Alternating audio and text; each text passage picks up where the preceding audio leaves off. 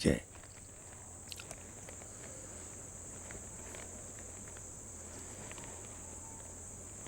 एक साधक ने पूछा है कि जागृत में जैसे हम अपने को आत्मा है, देह नहीं है, ऐसा अनुभव कर लेते हैं, स्वप्न में ऐसा हो सकता है? ऐसा पूछा है।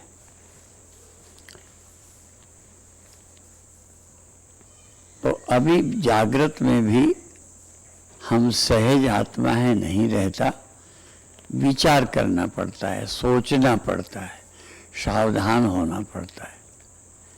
क्योंकि हम देह हैं, ये हमारे हैं, मरना है, इनके मरने से हानि लाभ है, ये स्वप्न होता है।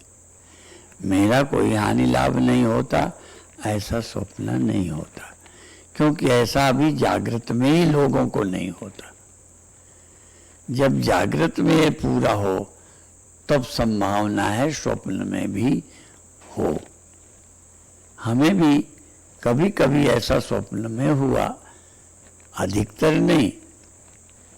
एक बार स्वप्न में मृत्यु हो गई, लोग रो रहे थे, तो एक बार तो मुझे लगा जैसे मर गया, पर स्वप्न में सावधान हुआ कि यदि मैं मर गया होता तो ये रोने वालों को कौन देख रहा है, या जिसने मुझे मारा और मार के भग गया ये कौन जानता है।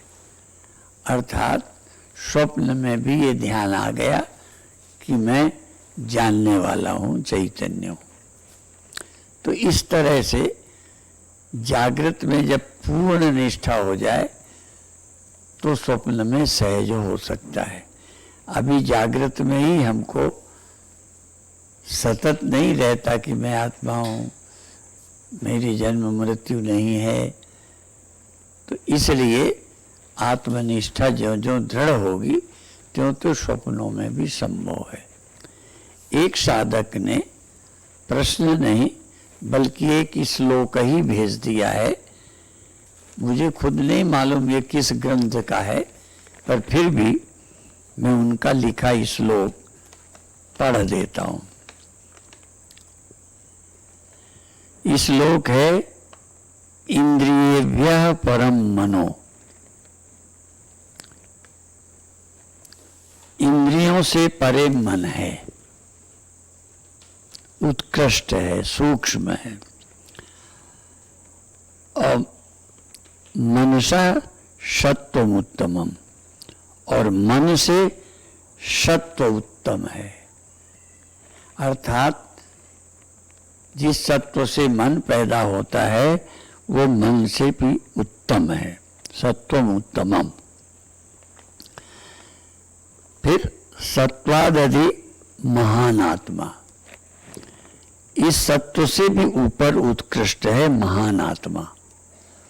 अब ये महान आत्मा शब्द जो लोग ज्यादा शास्त्र चिंतन नहीं करते वो इसे आत्मा ही समझ लेते होंगे, पर यह महात्मा, महान आत्मा का अर्थ है महातत्व।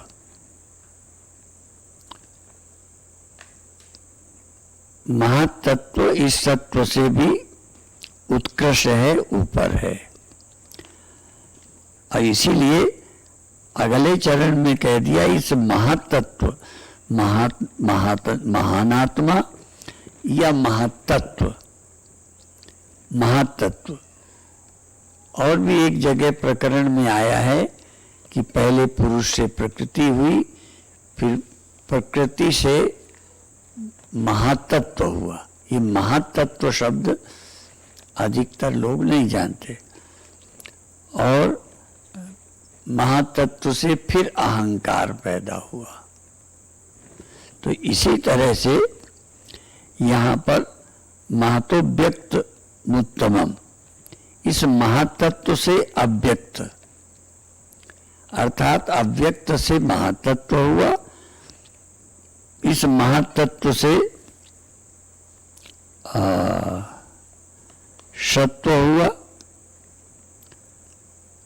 और इस सत्व से फिर मन सबसे क्रम है।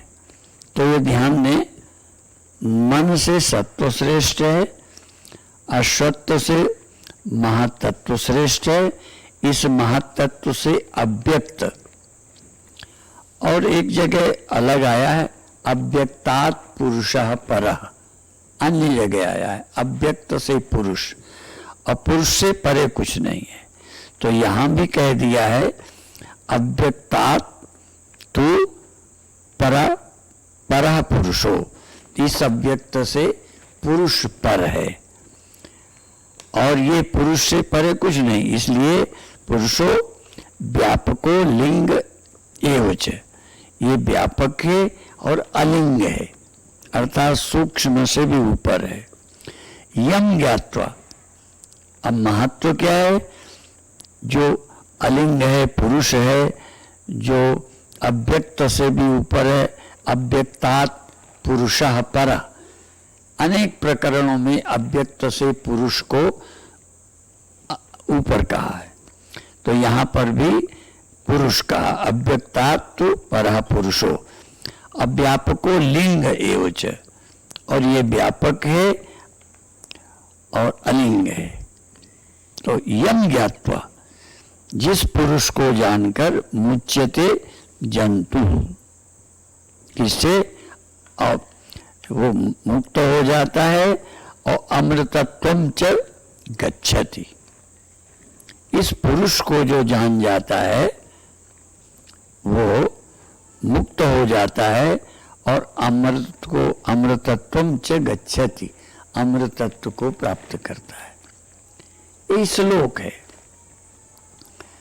अधिकतर हम और एक प्रकरण में है बुद्धि किससे पैदा हुई, तो कहते हैं, कई जगह कहते हैं समष्टि बुद्धि तत्व, व्यष्टि बुद्धि से के पहले समष्टि बुद्धि, और बुद्धि के पहले महातत्व। तो महातत्व है, समष्टि बुद्धि है, ऐसे करके अब हम इंडिविजुअल व्यक्तिगत बुद्धि से परिचित हैं, समष्टि बुद्धि तक नहीं जाते, और समष्टि बुद्धि को जो महातत्व को प्राप्त करता है उसे ऐसे लगेगा जैसे सृष्टि मुझ में है, और इस महातत्व से जो परे पुरुष है उसको जो जान जाता है उसकी महिमा बता दी। ये याद रखो, यम ज्ञात्वा मुच्यते जंतु, ये मनुष्य रूपी जो जंतु है जिसको जानकर मुक्त हो जाता है, और फिर मुक्त होने की पहचान अमृतत्वम च गच्छति, अमृतत्व को प्राप्त होता है, अर्थात मृत्यु को प्राप्त नहीं होता। तो जो इसी मन में उलझे हैं, देह में उलझे हैं, इसलिए ये श्लोक बहुत विचारणीय है।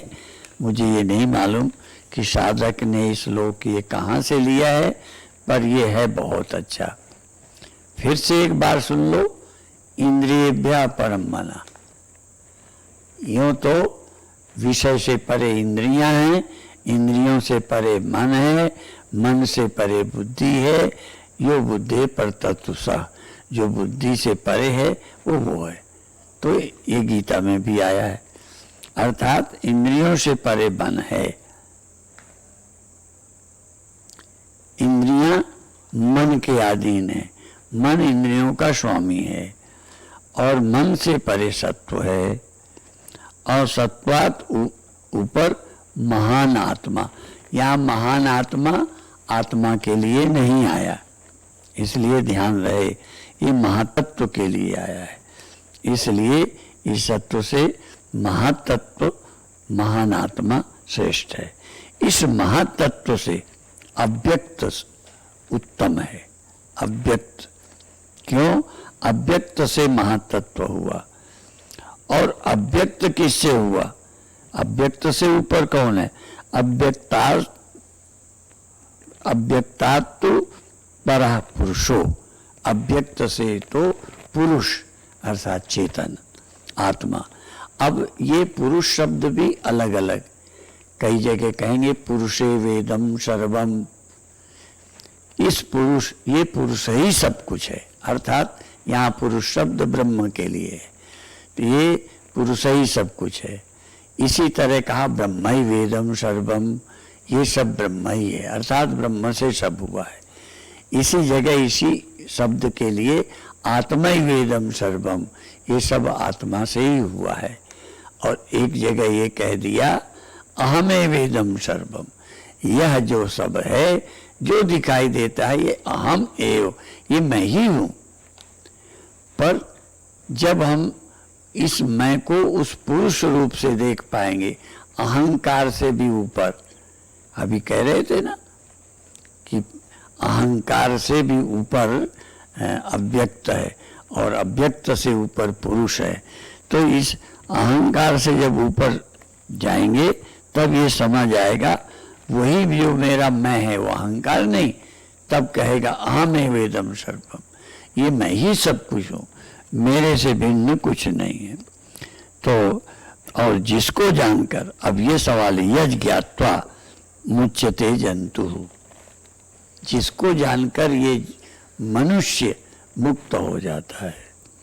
और फिर क्या होता है, अमृतत्वं च गच्छति, अमृतत्व में चला जाता है, मृत्यु में नहीं जाता, अमृत में जाता है।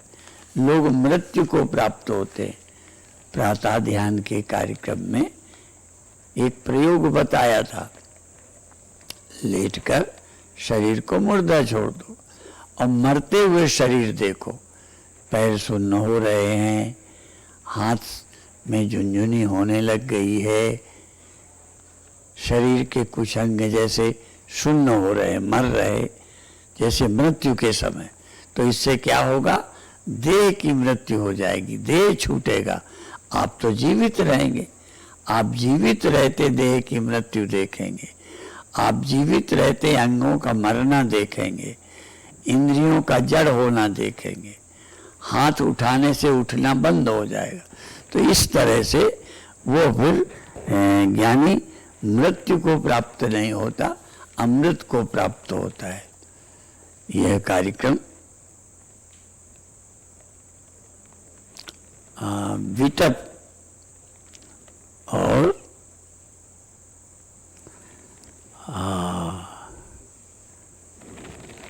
पूजा,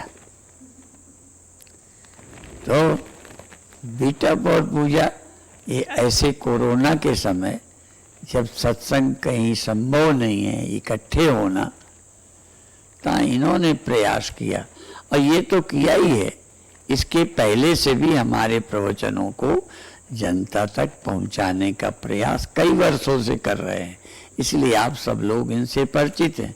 और आप जानते हो बिना पैसे के लोग कुछ नहीं करते, लोग बड़े मतलबी हैं। हमारे यहाँ यूपी में एक कहावत है, ये आदमी इतना स्वार्थी है कि किसी की कटी उंगली में पेशाब भी नहीं करता, क्योंकि कटी उंगली में पेशाब करने से वो ठीक हो जाती है। तो स्वार्थी आदमी, ये जो बहुत जरूरी है पेशाब करना, वो भी दूसरे के लिए करने को तैयार नहीं है। तो धन्य है वो लोग, इनके बहाने आपको भी हम कह रहे हैं, भाग्यशाली हो, धन्यवाद के पात्र हो यदि आप किसी के अटके में कुछ भी थोड़ा कर देते हो। और जो लोग किसी के लिए करते हैं वही देश के लिए कर सकते हैं। जो अर्थात परोपकाराय शताम विभूतया, महान लोग कौन है, वो नहीं है जो महान, हमारे यहाँ जो दूसरे के लिए कुछ करता है वो महान है। जो इसीलिए ये कह दिया, नदी अपने लिए नहीं बहती, पेड़ अपने लिए नहीं फलते, ठीक है, और साधु का वैभव भी अपने लिए नहीं होता। आम लोग तो सोचते हैं धन से मैं बड़ा हो गया, अरे तो बड़ा क्या हो गया, सब लुट जाएगा, सब छूट जाएगा। तो विवेकी आदमी अभिमानी नहीं होता। इसीलिए ये कहा विद्वान क्या है, विद्या ददाति विनयम, विद्या से तो विनय आती है। विद्वान अहंकारी नहीं होता, पढ़े लिखे तो अहंकारी होते हैं, विद्वान अहंकारी नहीं होते। किस बात का अहंकार करें, कितने पढ़े हैं, ये शरीर रहेगा नहीं, साथ कुछ जाएगा नहीं, तो किस बात का अभिमान करें। इसलिए ज्ञानी विनय युक्त होता है, विनम्र होता है, सरल होता है, अभिमान किस बात का करे। तो इसलिए आप सबको भी ये अहंकार भी, अभिमान भी आदमी को दुखी करता रहता है। और जितने कर्म हम करते हैं प्राय अपने अहम को बढ़ाने के लिए, अहम को मारने के लिए नहीं करते। असल में अहम को मारना है। मैनू मार मुकावे जेड़ा, साफ करे इस दिल दा बेड़ा, कर दे दिलों गरूर आँखियाँ खोल जरा। ये अहंकार मरे, हाँ, खशम मरे घर बसे जिन्हानु राम मिले। जिनको परमात्मा मिला उनका अहंकार मर जाता है। इसलिए ज्ञानी अहंकारी नहीं होते। कभी प्रवचनों के दौरान सत्य का जब वर्णन करते हैं तो सत्य चूंकि इतना अपरिवर्तनशील है इसलिए वो दृढ़ता से कहते हैं। तो कभी कभी लोगों को लगेगा अहंकार है। कभी कभी मैं भी बोलता हूँ कि भगवान शंकराचार्य के इस श्लोक से लोगों को लगेगा बड़े अहंकारी हैं। क्यों? वो कहते हैं इस श्लोकार्धेन प्रवक्ष्यामि। देखो आधे श्लोक में मैं वो कहता हूं जो करोड़ों ग्रंथों में कहा गया। तो लगता है बड़ा अहंकार है। जो करोड़ों ग्रंथों में कहा मैं आधे श्लोक में कहता हूं। और ये तो प्रतिज्ञा हो गई। आधा श्लोक क्या है? ब्रह्म सत्यम जगन मिथ्या जीवो ब्रह्मैव न परा। तो अभिप्राय है भगवान शंकराचार्य जब बोलते हैं तो लगेगा जैसे अहंकार है। अहंकार नहीं है। सत्य ऐसा है जो समझौता नहीं करता। जैसे कोई कहे दो दो चार होते हैं तो लोग कहें ये बड़ा अकड़ू है, दो दो चार ही कहता है, तीन भी तो हो सकते हैं, दो दो पांच भी तो हो सकते हैं। नहीं हो सकते। इसलिए सत्य में दो बातें संभव नहीं है। यद्यपि सत्य को जानने वाले ये जरूर कहते हैं, जैसे भगवान कृष्ण बड़े विचित्र हैं। वो कहते हैं सद सच्चा हम अर्जुन, मैं सत्य हूँ और असत भी हूँ। अमृतम चैव मृत्युश्च, मैं अमृत भी हूँ मृत्यु भी हूँ। और एक जगह कहते हैं तत्सत पन्नासद उच्यते, न वो सत है न वो असत है। तो ये वेदांत का चिंतन बड़ा गहरा है। आप भाग्यशाली हैं। फिर आपको कहते हैं ये कभी कोरोना की समस्या हल हुई और ऐसा अवसर मिला तो हम आपको बुलाएंगे और कुछ दिन सामने बैठ के सुनेंगे, सुनाएंगे, आप पूछेंगे। अभी आज मैं बोलता हूँ, प्रश्न कल आएगा और जो सामने होते तो अभी अभी पूछ लेते, उसका हम अभी उत्तर देते। तो इस तरह बहुत बातें हैं। तो आप लोग अभी चिंतन करते रहें, जो सुनते हो इसका अभ्यास करते रहें। ओम शांति शांति शांति।